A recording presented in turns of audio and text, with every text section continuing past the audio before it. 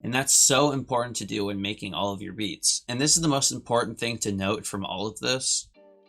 Alright, what's good YouTube? So in this tutorial, I'm going to be going over how to make the types of beats that have been absolutely dominating the rap charts for the last 2 years, and that's uptempo bangers. Examples off the top of my head are songs like Mood and Valentino by 24K Golden, Ransom by Lil Tecca, and Gone Girl by Ian Dior are big ones amongst many. In this video, I'm going to go over how to make melodies and the styles of these beats, the best presets and VSTs to use, how to make proper drum patterns for these types of beats, sound selection tips, arrangement tips, as well as various trends and tricks associated with these styles of beats. Also, if you want any of the drums or samples that I use in this tutorial, there's a link in the description where you can download them completely free. Also, go follow my Instagram at FinnaFinesse. Once I start getting my numbers up there, I'm going to be doing giveaways of all my drum kits as well as sample packs that I'm exclusively making, so go follow that. Alright, so let's start with the melodies. So first off, you want to set your project tempo as something above 160. I set mine to 169 because I've got the humor of a 10-year-old. So for these types of beats, the main sounds you want to stick to are guitars, bells, choir sounds, and voxes, as well as airy pads to layer on all these sounds. You'll also want to avoid using sounds with lots of delay and reverb. Sure, you can still add reverb sounds, but for these types of beats, you want to leave a lot of space because you're expecting the artist to sing in vast parts of the beat, and these artists tend to have reverb-flooded vocals that require a lot of space, so you don't want to fill it up with a lot of melodic sounds. The best VSTs to get these sounds from are Omnisphere, Nexus for all 5 of them, Expand 2 for pads, as well as Purity and Electra X for bells. So now let's go over how to make a melody. So what all these types of beats have in common is that they all lead with a chord progression. As for the preset that you want to use for this chord progression, you're almost always going to want to have a lead pluck sound like a guitar or a bell, and then have that layered over a pad or whichever sound you didn't use. So I found this preset in Analog Lab called Mystic Pluck. I'm only really using this VST because I already know the exact preset that I want from here. I wouldn't normally recommend using it. So I found this preset in Analog Lab and I laid down these chords in the scale of E flat major, and that sounds like this.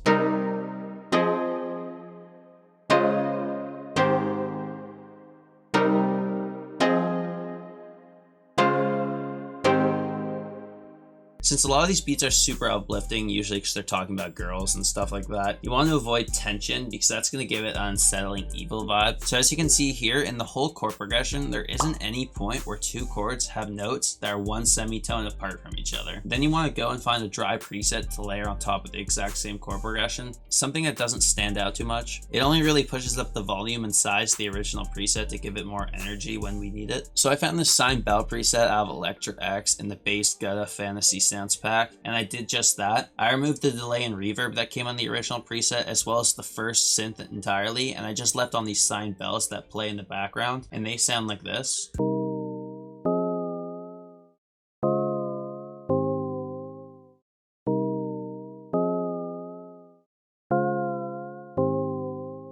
So then I took this bell preset out of Purity. The preset is called Celesta, and I laid down this very simple but effective bell melody that just sits on top of the chord progression. You don't want to use too many notes. In this case, I only used 4, so it doesn't overpower the beat. And I have it sitting in the highest octave so it stands out to the listener, and it sounds like this.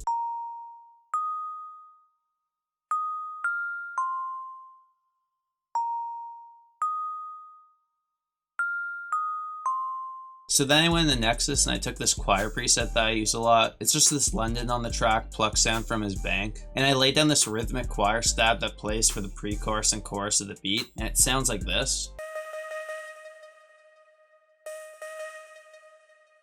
Since it comes in during the pre-chorus and chorus, and since we expect the artist to sing at these points of the beat, we can get away with having a sound that has this much rhythm and no melodic components whatsoever, because it's exactly what we're going to get from the artist when he sings. Not a lot of rhythm, but a lot of melody. So what this does is it compensates for that. So all the melodic sounds together sounds like this.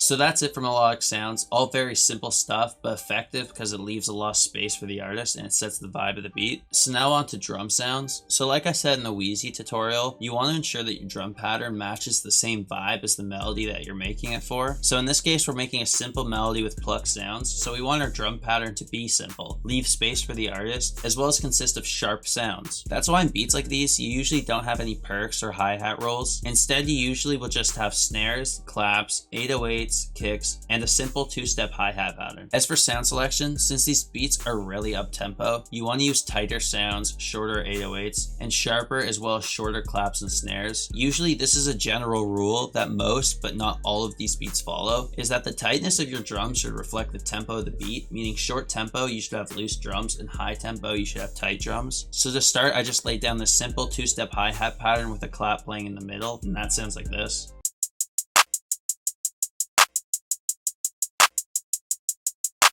Then I created this snare pattern. Most people would just do the 808 at this point, but I did the snare first because I'm already thinking about the structure of the song in my head, and that's so important to do when making all of your beats. I know that I'm going to want the snare, clap, and hi-hat to come in at the pre-chorus, so I made that first, because it comes in on first at the beat. If you don't make your beats like this, when you do take out these sounds, they may not flow as well as you'd want them to. So hypothetically, I may have an 808 pattern that sounds like this.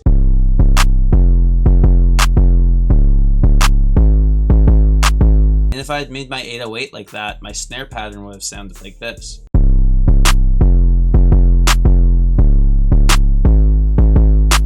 So when it comes time for me to arrange my beat, when I do take out the 808 in the pre-chorus and I layer the snare, clap, and hi-hat on top of each other, it's not going to sound good, or it just won't have the same bounce at all. So keep that in mind. So with that in mind, the snare pattern that I originally made sounds like this.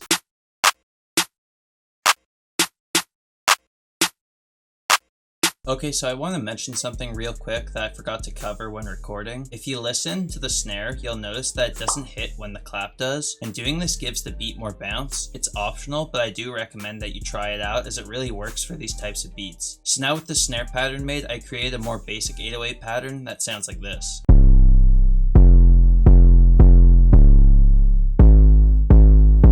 And then I layered it with this kick that I plan to take in and out certain points of the beat. That sounds like this with the 808.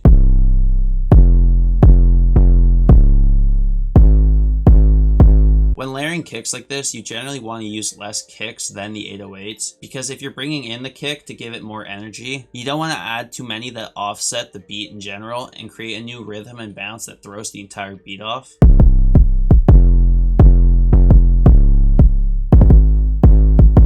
So then the last sound I added was just this open hat that plays in the beginning of each bar that sounds like this.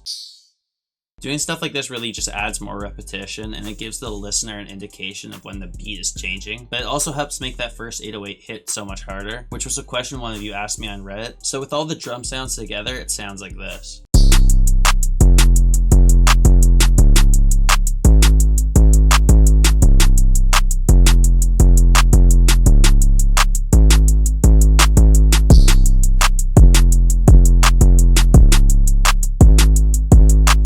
That's it for the drums. So finally, let's talk about arrangement. Normally, when people are rapping over your beats, you can't get away with using next to no drum sounds for any part of the song. This is because doing this will remove the bounce of the beat, and the bounce of the beat is what allows the artist to rap in the first place. However, since the artists that we're making these types of beats for are capable of singing, you can get away with this. Also, since these types of beats are really repetitive and simple, and we don't have enough elements to make them super long, most of these beats are usually no longer than 3.5 minutes. As for structuring the beat, I stuck to the most used structure that all these beats follow, and that's a 1-bar intro, a 2-bar pre-chorus, a 4-bar chorus, and then a 4-bar verse, and then repeat that one more time. I also add this riser sound that plays in the beginning to let the artist know that the energy is increasing in the chorus instead of the verse. And this is the most important thing to note from all of this. I add these 2 filter automations on the main pluck chord sounds that play throughout the entire beat, and I automate them to decrease the volume and the overall amount of EQs during the hook. This is a great way to avoid forcefully adding sounds to take in and out of the beat for the sake of creating energy, all while letting the listener know which part of the song is the chorus and the pre-chorus, and which parts should have the most energy overall. And the only sound I took out entirely for the verse was the choir sound that plays in the background. I did this because it's much more rhythmic instead of melodic like we said earlier, and since in the verse you're going to expect the artist to rap, we want to take out those elements as much as we can so they can deliver them through their verses. Yeah, but that's it for arrangement as well as this tutorial. If you like this tutorial, make sure to leave a like. Also, don't forget to follow my Instagram at FinnaFinesse. Once again, as I start to get those numbers up, I'm going to be giving away stuff like exclusive drum kits and sample packs. Metro ASAP or Scrim is next. Let me know in the comments which one you want first. Also, let me know what you thought of the video, any other people or general things you want me to cover. Check out my other tutorials. Make sure to like, subscribe, and peace.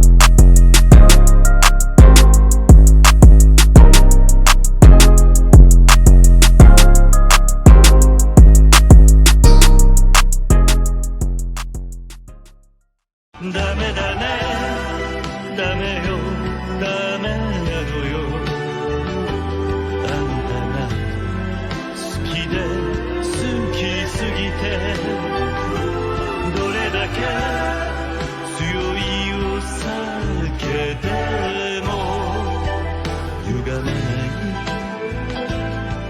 思い